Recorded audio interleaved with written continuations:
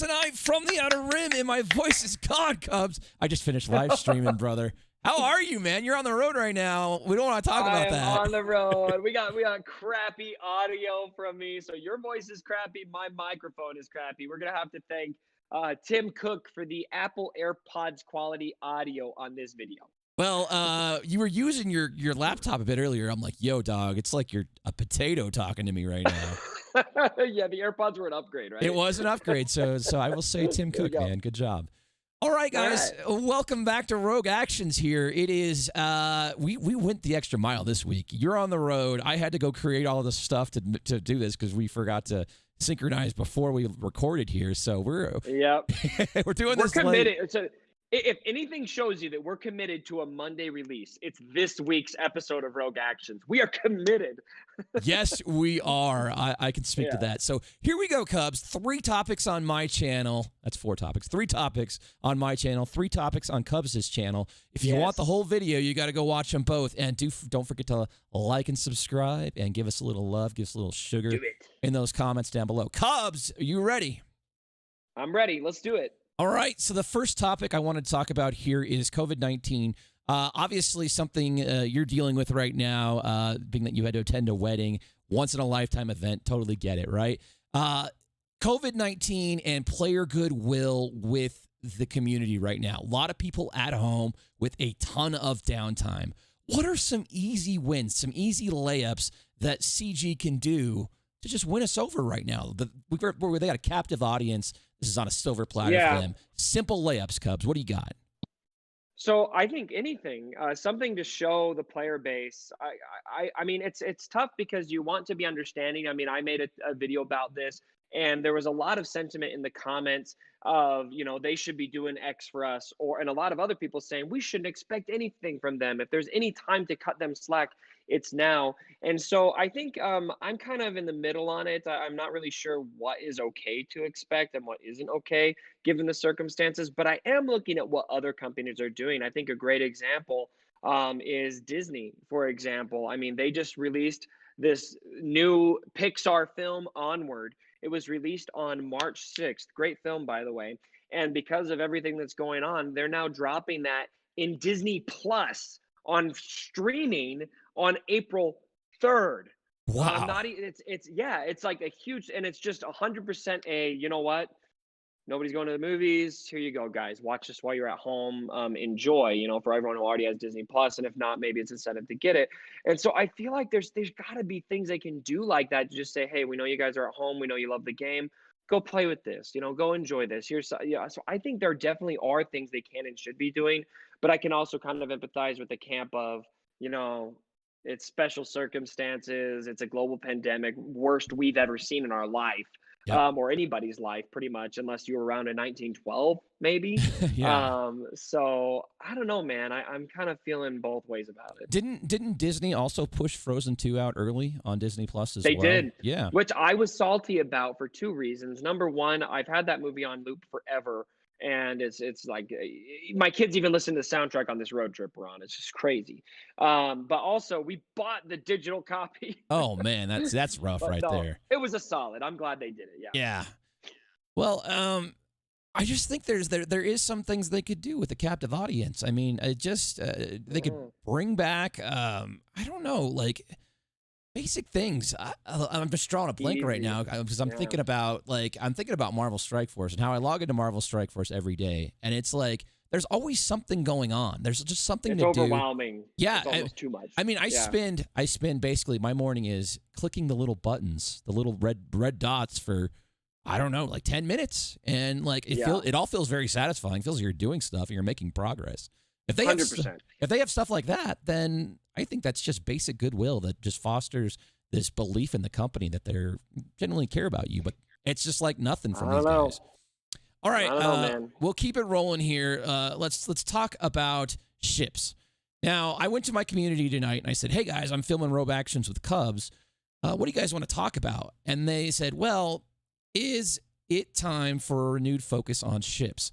Because we've seen new capital ships finally come to the game after a very stagnant meta for a long time. But Cubs, I think the bigger question here is what ships are missing from this game right now that you want to see come to Galaxy of Heroes? Oh, that's a really good question, and one that I don't spend a lot of time losing sleep over because I hate ships so much. I don't know. Well, so obviously you've got the big Luke's X-wing, but I think to bring that, we need a new version of Luke in the game. And actually, so I don't want a new ship with the presumed Galactic Legends Luke. Yeah, Or Jedi Luke. What I would love is orange jumpsuit Luke and give Red him some 5. mad synergy. Yeah, Red 5 Luke, and give him some great synergy with the boys, with Yes. Biggs, with Wedge, having new meta like that. We could just call it the Top Gun synergy, right? Like just the boys, Yeah. I would love that. That's kind of a pipe dream I have, and so that I guess that's kind of more of a character dream that involves a potential ship that could come. So, but anyway, Now, that's kind of is that a nostalgia thing for us? Because I lived through Wigs, you lived through Wigs. It's totally a nostalgia trip seeing those guys out there. And could you imagine if we saw Red 5 out there and man, Luke out there and he joins like the double tap, but it's like a triple tap all of a sudden. Could you It gets my imagine? blood flow. It gets my blood flowing, man. Like it's turning me on. The Red Boys coming back. So for ships Yeah. missing from the game right now, we've got quite a few. We've got the original Y-wing. We've got the BLT. Yes. The BTL, and that one I will tell you, Cubs. I wailed on that ship. I am 28 in a row in Grand Arena fleet fights with that ship. There you go. So Hey, how about Paige Tico's bomber? Paige Tico's bomber. Hell yeah. I mean, How about that? there's no gravity in space. So I don't know how those bombs were falling, but it's all good. I don't mean to. They're magnetic Magnetic bombs. or Okay. something, or they're propelled. Anyway. Anyways, Don't get me started on that so argument. yeah, we got I've got a counter for every anti-TLJ argument. You're just flinging them at me. I got a counter. yeah. Let's see what else we got here. It is let's see, Subject change. Paige Tico. We've got the original Y-wing not in the game, the A-wing not in the game, the B-wing not in the game. Well, we've seen them in the game, but they're not actually General Kenobi. General Kenobi. His little ship. Well, I guess that'd be kind of hard to do with his negotiator, but his little Jedi fighter that he takes to Camino. Why Yeah. not? Yeah, Yoda. Or had, Yoda had a little ship. ship at the end of Clone Wars saga. So Yeah. there's tons of opportunity there. Now, what raid would you want to see if we were talking ship raid?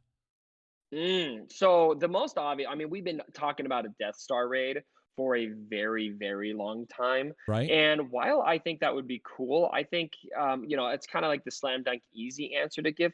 But how about Exegol? How about we have a raid? I mean, I know people don't like the new trilogy, but we don't have any raids from the new trilogy.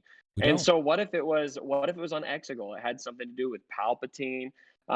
Just think visually all the stuff you could do with the end of Rise of Skywalker. And you have touch points with them, like taking down that signal tower, taking down the host Star Destroyer there. Yes. And then obviously the Palp battle at the end. You make a good case for that, brother. I think it'd be dope. So, I think it'd be dope. But the easy slam dunk is Death Star. Yeah, right. That's the easy slam dunk. But what I'll say is I think the Death Star 2 makes a bit more sense to have a character slash. Well, you could do both. You could do a character slash for both of them. But Death Star 2, you've already got Battle the Endor. on Endor. Yeah, you've got the battle on Endor, and that could potentially unlock all those character skins we've seen for Leia and Han there. And those Endor units. So we have that, maybe possibly a new Ewok. There's all sorts of stuff they could do with Return of the Jedi raid there. So I like it. All right. Yeah, I would love that. To me, that's the most obvious answer. So I wanted to give you something different. Because everyone's going to say, you ask about what ship raid you want to see, and 99 out of 100 players will say Death Star 2, I think. Yeah. Okay. Let's keep it rolling here. The last topic on on my video is: have you lost that loving feeling? And this is obviously, just quoting Top Gun. There it is. No. Sing it for me, man. We know you can do it. Now it's gone. Whoa. All right, Earth, is your loving feeling gone? Is it gone for Galaxy of Heroes? I tell you, man, I open up my phone every single day, and the last few days. You open your phone? Well, You got a flip phone? You're playing on a flip phone? Open it? I got a phone. I got one of these fancy things. Okay, boomer.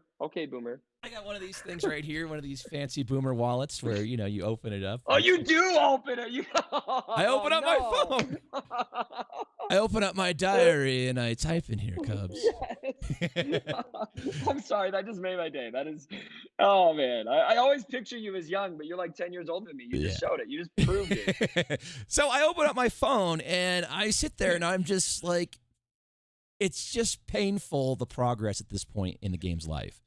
And Yeah. I talked about it a little bit earlier in topic 1 there, how I open up MSF and there's constant things to do and you're progressing. And then it's got that sheen of a new game for me. First time playing it for about a month now. It's got that sheen, that just like new game haze where you're just like, man, there's so much going on. I'm making progress here. I'm doing things.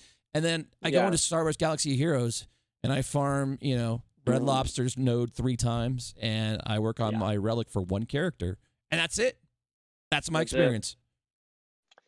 Yeah, I mean, it circles back to the eternal conversation we have right now about a severe lack of content and a terrible oversight from the devs thinking that they can keep this community interested with just 2 characters that 1% of the community is even going to be able to interact with. And not even people who get the characters, like people even interacting with them, because a lot of us probably won't even run into people who got these characters because so few people are going to manage to get them. So I think it's bad, but I also think it's disingenuous. I'm just going to call you on the carpet a bit. It's a bit disingenuous to compare the beginning game of Marvel Strike Force to the end game for Star Wars Galaxy of Heroes, because while I think Marvel Strike Force does have more to do, when you're comparing the beginning game experience to the end game, it's just not a fair comparison, I don't think, because like I've got tons of stuff to do in my Hyperdrive bundle account. So I just wanted to call out that that's a bit different. But yeah, right now there's just nothing to do. And for me, I mean, even what I do have to do, so like I finally unlocked Gas, I'm farming him, and it's been like what, 3 weeks since I got Gas, a little bit over 3 weeks. And I still am like nowhere near being able to really use him anywhere meaningful in this game. It's really disappointing. And so, there's next quarter, man, I really hope that we have something going on 8 next quarter. 8 days left in this quarter, 8 or 9 days. May it end. And then it's over. And they'll get through their. They remember when we were Game Changers, they have their quiet period where they can't announce new things. And they may be in that right now. And then we'll be into April, and hopefully the floodgates open up. May they open and shower it upon us, CG. And I will say, I don't have confidence. and I will say, Cubs, one of the only reasons I'm playing MSF is the fact that there could be a Grand Arena mode, and that speaks to the testament of how good Grand Arena is. So it's not all negative with Star Wars Galaxy of Heroes. Yep, and I'm just hoping that whatever they got coming next quarter, because right now, I mean, Grand Arena is enough to keep me interested in this game. So imagine they bring us something similar to Grand Arena, something not similar in terms of how you play it, but how interesting, how exciting it is, and how much it stays that way. What if we have 2 game modes like that, both of which can be streamed, something new coming to the game? That would be just a dream scenario for me. So that's what I'm really holding hope for, something like live PvP or something along those lines to just really keep us interested. And then if they do that, I'm might be kind of forgiving. All right. Well, there you go, guys. Cubs on his way home right now. You stay safe and healthy, my brother. You get home safe with that family and lock it up. Got my Lysol wipes right here. We're just I'm wiping while we're recording. Okay. All right, everyone. We'll see you over on Cubs' channel for the second half of this video. I'm issuing the evacuation code signal, guys. We'll see you next time. Good night from the Outer Rim. See ya.